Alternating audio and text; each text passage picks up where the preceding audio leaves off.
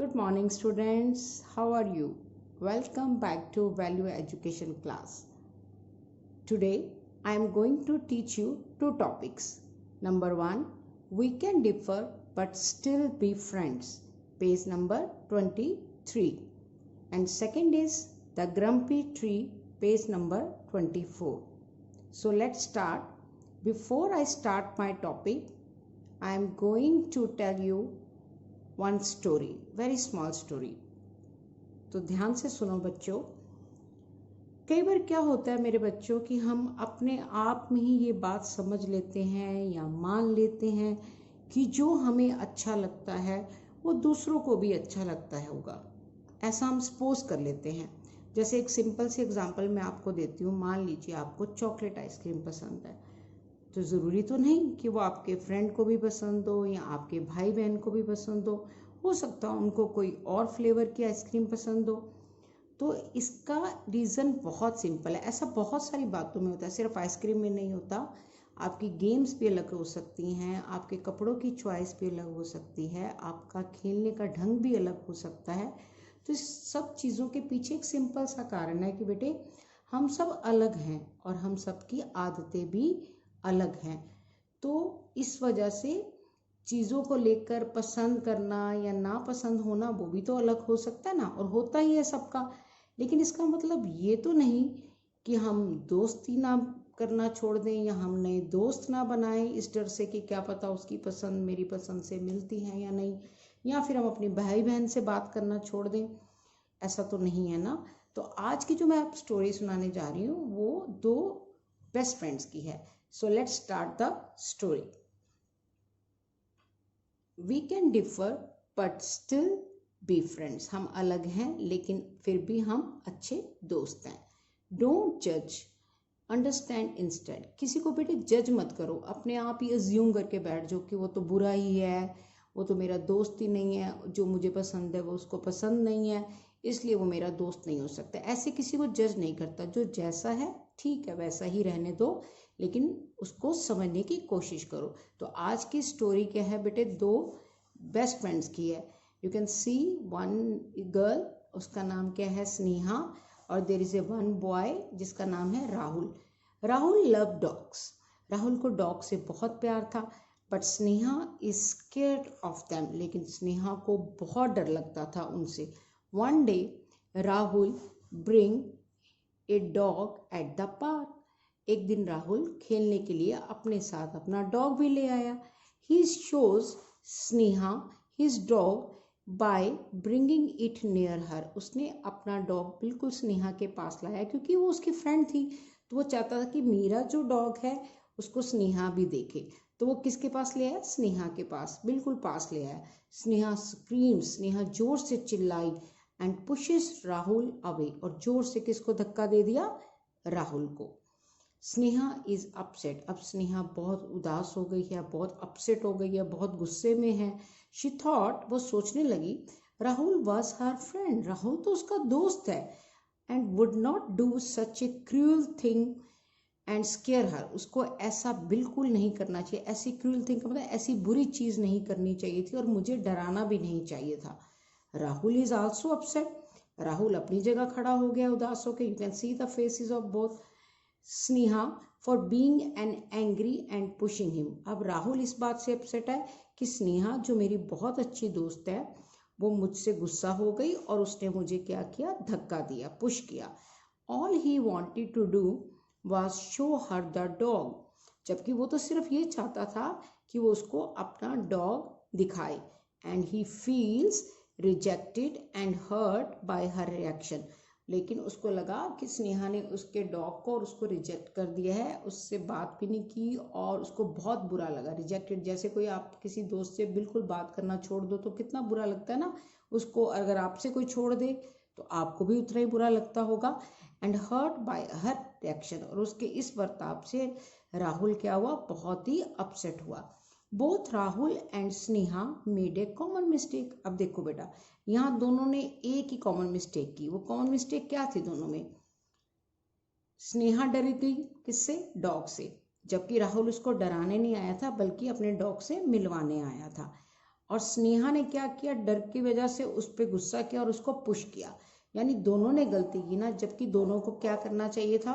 तो बच्चों दोनों ने कॉमन मिस्टेक की, क्या की कि दोनों ही एक दूसरे को गलत समझ रहे थे।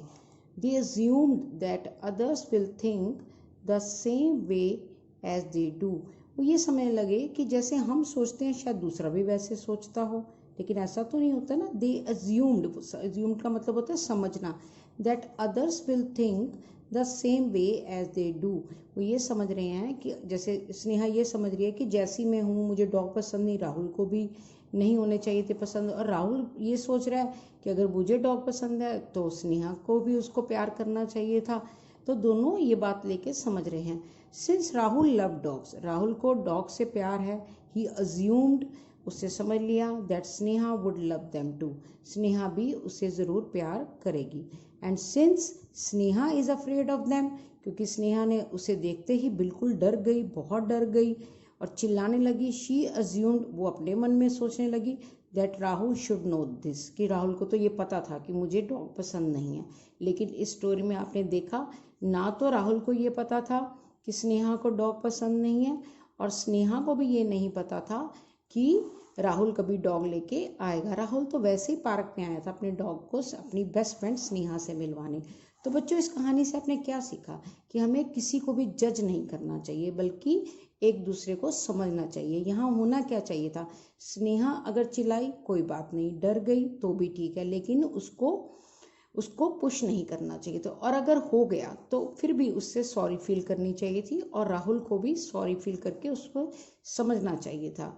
उन दोनों को आपस में बात करनी चाहिए थी ताकि उसका सोल्यूशन निकले। तो उन दोनों ने क्या की, एक कॉमन मिस्टेक की। यहाँ स्नेहा भी गलत है और राहुल भी गलत है। तो हम बच्चों को कभी भी ऐसा कभी हो तो झगड़ना या किसी को जज नहीं करना चाहिए, बल्कि बात करनी चाहिए और उसका सोल्यूशन निकालना चाहिए। समझना चाहिए कि हो सकता है जो मुझे पसंद हो वो दूसरे को ना हो। तो look at the question, what could Rahul have done better to avoid this misunderstanding. Rahul को क्या करना चाहिए था इस मिसअंडरस्टैंडिंग को सॉल्व करने के लिए। तो क्या करना चाहिए था बेटे, I have already written the answer. Instead of assuming anything, अपने आप ही अपने मन में एक इमेज बना लेनी कि नहीं स्नेहा तो ऐसी है, इसकी वजह से हुआ होगा, ऐसा सोचने की बजाय राहुल को क्या करना चाहिए था, स्नेहा से बात करनी चाहिए थी। What could Sneha have done better in handling this situation. Sneha इस वक्त क्या अच्छा कर सकती थी जिससे ऐसी सिचुएशन ना होती और उन दोनों का झगड़ा ना होता। After this incident, after the incident, जब ये सब कुछ हो गया, Sneha should talk to Rahul, Sneha को किससे बात करनी चाहिए थी, राहुल से। That she is afraid of dogs, कि वो डॉग से डरती है, उसे कुत्तों से डर लगता है। Why do Rahul and Sneha have different way of seeing things, दोनों का अलग नज़रिया क्यों है चीज़ों को देखने के लिए। बिकॉज दे जज ईच अदर विदाउट कम्युनिकेटिंग, एक दूसरे से बातचीत किए बिना ही उन्होंने एक दूसरे को जज कर लिया। राहुल ने सोचा स्नेहा गलत है, चाहे वो मेरी दोस्त है वो अच्छी नहीं है, और स्नेहा ने सोच लिया राहुल इतना अच्छा दोस्त होने के बावजूद भी मुझे डराने के लिए डॉग को लाया, ये मेरा दोस्त नहीं है। तो बच्चों हमें कभी किसी को जज नहीं करना चाहिए। डोंट जज, understand instead. Okay, now come to next page and next story. So next story is the grumpy tree. Grumpy होता गुस्से वाला, हर वक्त गुस्से में रहने वाला, नाराज़ रहने वाला। एक ऐसे पेड़ की कहानी है जो हमेशा गुस्से में रहता था और किसी से बातचीत करना पसंद नहीं करता था, अपनी छाया देना, शेल्टर देना पसंद नहीं करता था, शेडो देना पसंद नहीं करता था। इस गुस्से वाले पेड़ की कहानी मैं आपको सुनाने जा रही हूँ। So let's start. There was once a grumpy tree, एक बार एक बहुत ही गुस्से वाला, चिड़चिड़ा रहने वाला एक पेड़ था। Who would never share its shadow, जो कभी भी अपनी छाया किसी को नहीं देता था। With any of the animal and would not let them come anywhere near, ना तो किसी भी एनिमल को, किसी भी जानवर को, अपने किसी भी पक्षी को अपने पेड़ पे आने देता था, ना उनको छाया देता था और ना ही उनको अपने पेड़ के नज़दीक आने देता था, हमेशा उनसे नाराज़ रहता था।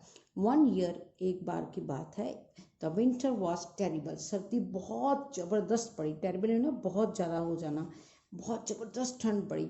And the tree without its leave, और पत्ते सारे, आपको पता है पतझड़ के बाद ही होती है, तो पत्ते तो उसके सारे झड़ चुके थे। तो अब जैसे पत्ते तो उनके लिए बेटा लाइक ए क्लोथ्स हैं जो उनको कवर करके रखते हैं, जब पत्ते झड़ जाएंगे तो नेचुरली उनको बहुत ठंड लगेगी।